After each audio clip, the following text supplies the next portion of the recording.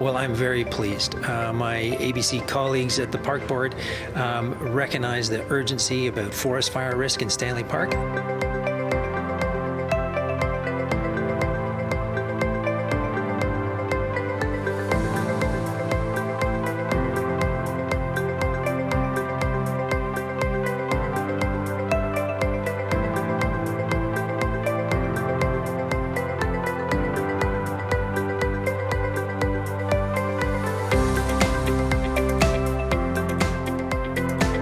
My name is Rhonda Milliken. I'm third generation North Vancouver, so I'm speaking on behalf of all three generations.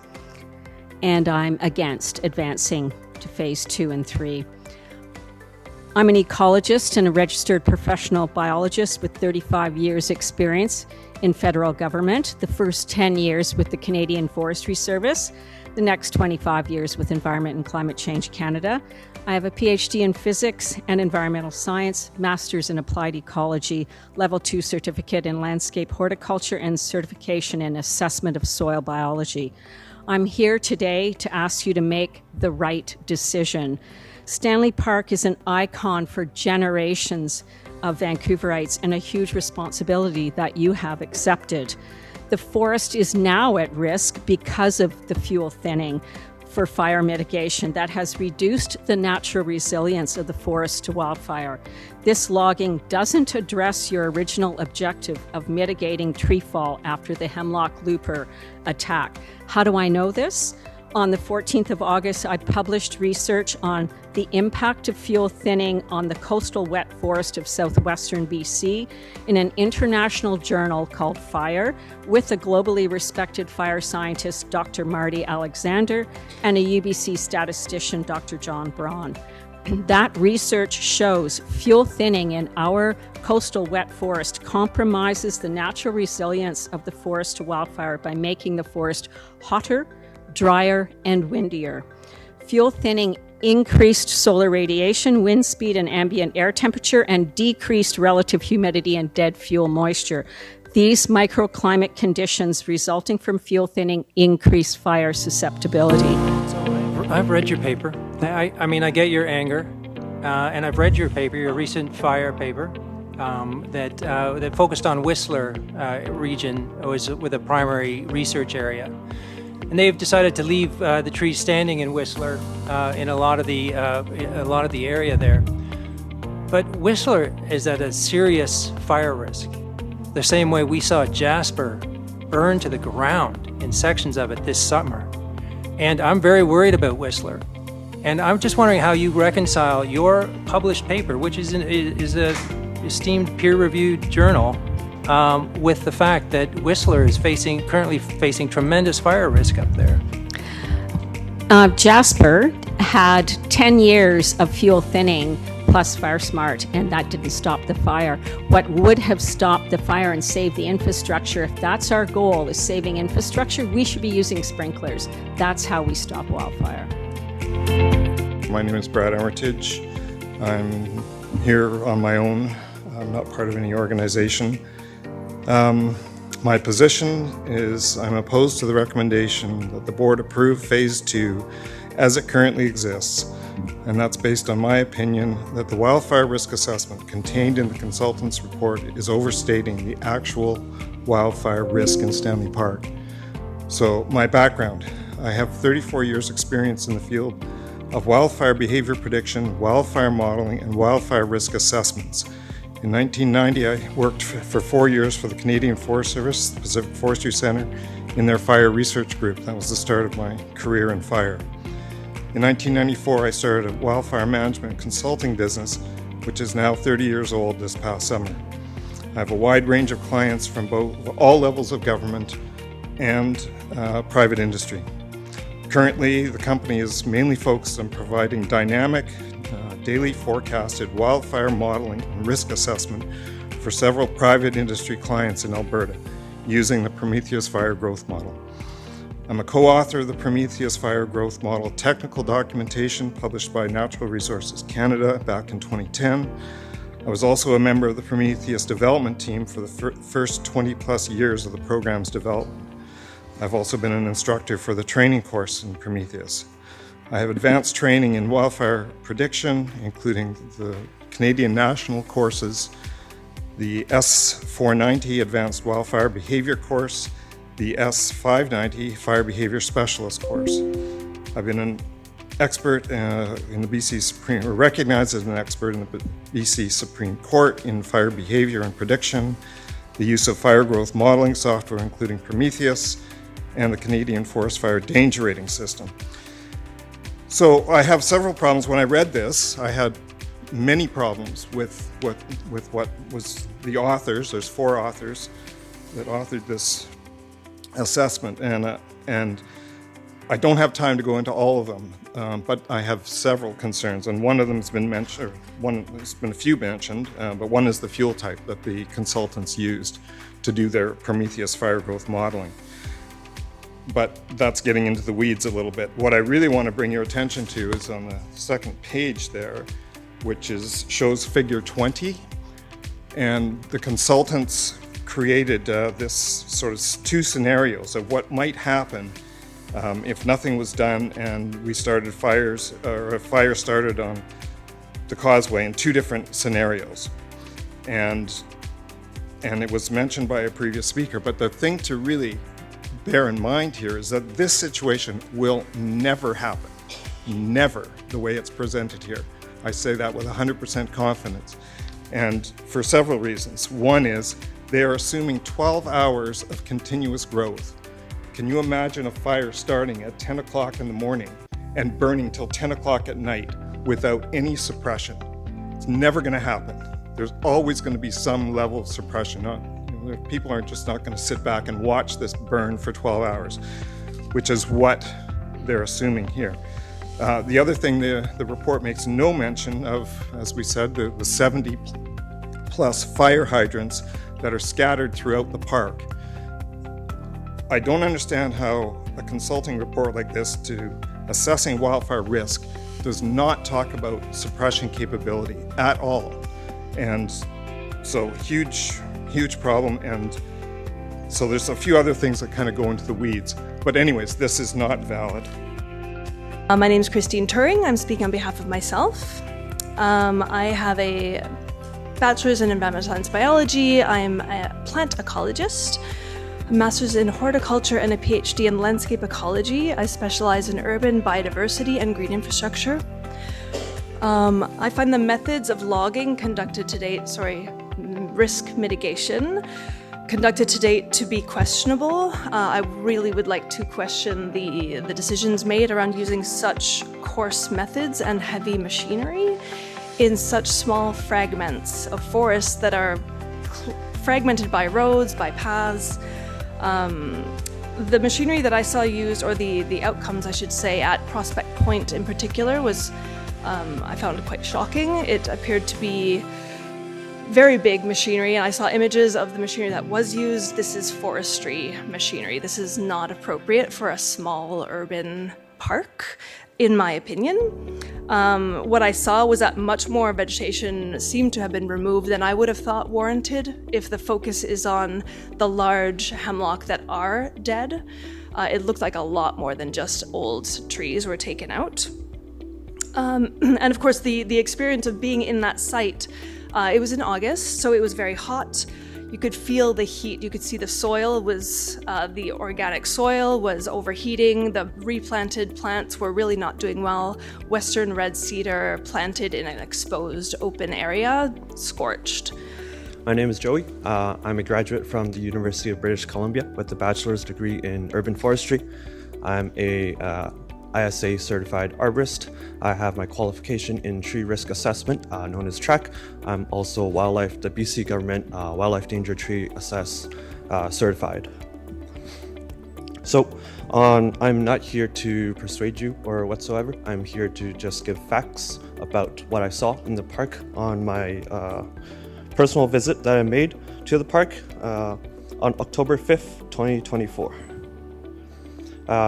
I conducted a study in a study area, 150 meters by 95 meters, in what would be called phase 1 area in the park. It is abutting the North Causeway. North Causeway area to the west side of the Stanley Park Causeway.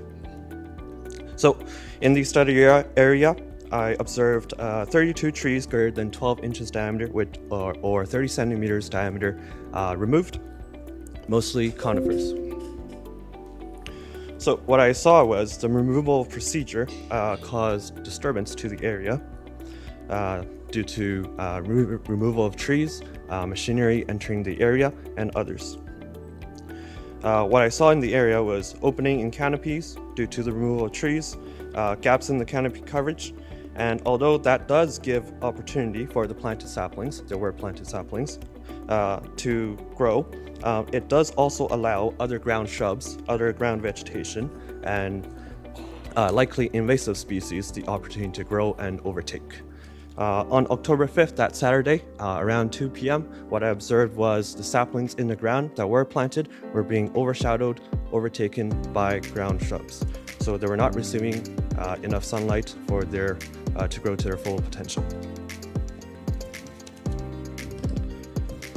The machinery going through the forest, what I saw, caused damage to trees that can be seen and unseen. What I saw was anchor or structural roots from the trees on the surface of the forest floor were shaved off and now have open wounds. Decay will enter and eventually weaken those anchor roots, causing the trees to become unstable. Unseen damage, including caused by compaction, may include many fibrous roots or feeding roots from the trees be crushed. So if those feeding roots are crushed, the trees will absorb less water and nutrients, and therefore weakening their system or their state. And if you think about trees and compare them to the human immune system, if you absorb less nutrients, less water, essential things for your survival, you become weaker and therefore more susceptible to other impacts and disturbances. Now, the tree removal procedure has opened gaps in the canopy, like I said before, and now has exposed trees that were protected from wind forces. These trees are now more susceptible to wind throw than they have ever been. On May 7th, 2024, a spruce tree fell across the Stanley Park Causeway, as you may all know. I examined the spruce tree, or the remainings of the spruce tree that was left on the ground. The tree had what we call a base failure due to internal decay from heartwood rot. Wind gust that day from the weather Government Canada weather website says a high of 35 kilometers an hour. Let's just say there was a 40-kilometer gust that went through the park and contributed to the failure of that tree, may have contributed. So the opening in the canopy has now caused more trees to be susceptible to wind gusts that those trees that would have been protected from the winds are now more susceptible to wind throw.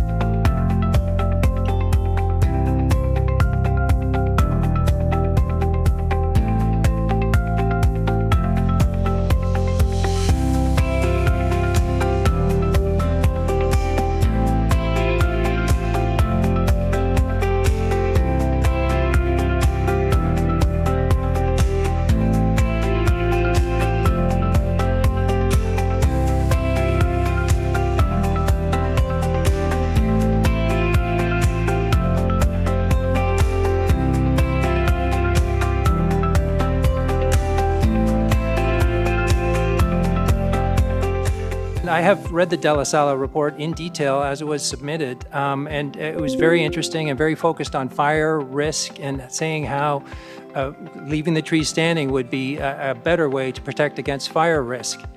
The report at no point, though, talks about public safety risk, the risk that trees might fall and seriously injure someone. Hi, I'm Norm Oberson, certified arborist, BC Government Provincial WD-TAC certified arborist, as well as ISA track qualified arborist. I've been an arborist for 35 years. I involved in personal investigations of injuries, serious injuries, spinal, quadriplegic injuries, involving trees in municipal parks. And I was asked to come down and help the people concerned about the park, particularly the danger trees, the standing danger trees. And that's the issue I'm going to address, is the risk of a standing dead tree. There seems to be an impression that these hemlock trees standing are all dangerous, and it's a myth, it's a fallacy. The hemlock trees infected with the looper moth, the ones defoliated that are standing, they're standing stable, they're structurally stable. Their anchor roots are fine, their trunk butts are fine. They're going to be standing for a long time. They actually stand better in windstorms than a live hemlock tree because they've lost their needles, they have less wind throw. So if you watch the performance of these trees during a windstorm, you'll see that there are more live hemlock trees will snap or blow down as compared to the standing dead trees. I brought a wildlife danger tree classification system for BC from the Ministry of Forest, Parks and Recreation. I don't know if you have the handout. If you don't, I've got it here for you. And I'll explain why standing dead trees are not dangerous. It's known that half of these dead trees are going to fall in the next 3 to 4 years. And the theory that they're going to fall straight down is ludicrous, okay? I just give zero credibility to the theory that they're just going to just pop over and fall straight down. So I just dismiss that opinion out of hand. And if we leave these trees standing, we're going to have to close substantial areas of the park for 3 to 10 years while these trees make their own sweet biological time coming down. And we could do that. And some speakers advocated we should close the sections of the park for multiple years. But I just can't get behind that. It's going to do, listening to the Stanley Park Ecological Society, it's just, they bring thousands of kids and hundreds of volunteers in to do invasives work. They cannot do their work with these trees standing, towering over them, threatening them every time a slight wind blows. Now look, coming to the motion, look, I was elected here to represent the residents of Vancouver, the 170,000 of them that put us here. And I'm not here to seek the most popular decision or to win friends in favor, but I'm here to make the right decision for the park board at the right time. And, I think this is it. I'm anxious for the replanting of the climate-adapted species that's going underway. I think the tree selection of the cedar, the Douglas fir, the red alder, the Pacific yew, and other species, this is a turning point in the history of Stanley Park, and I think we need to see it as an opportunity. 25 years from now, when I'm dead and gone, these new trees will be pushing up towards the upper canopy. And 100 years from now, when we're all dead and gone, these new trees will finally reach the canopy, and they'll be there to provide shade and shelter for another 500 years, 800 years. This is a turning point. This is our contract with the future, and I think the opportunity, I'm anxious to get it started now. Can I cut you I'm off going to there, support the Commissioner motion. Digby? Thank you.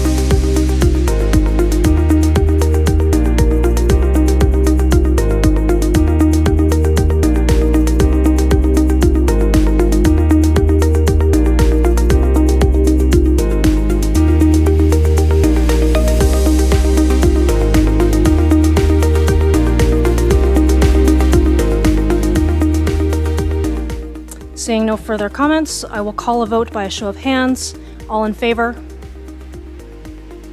I see Commissioner Verdi, Commissioner Jensen, Commissioner Christensen, Commissioner Basu-Vancy, Commissioner Digby, and Commissioner Howard.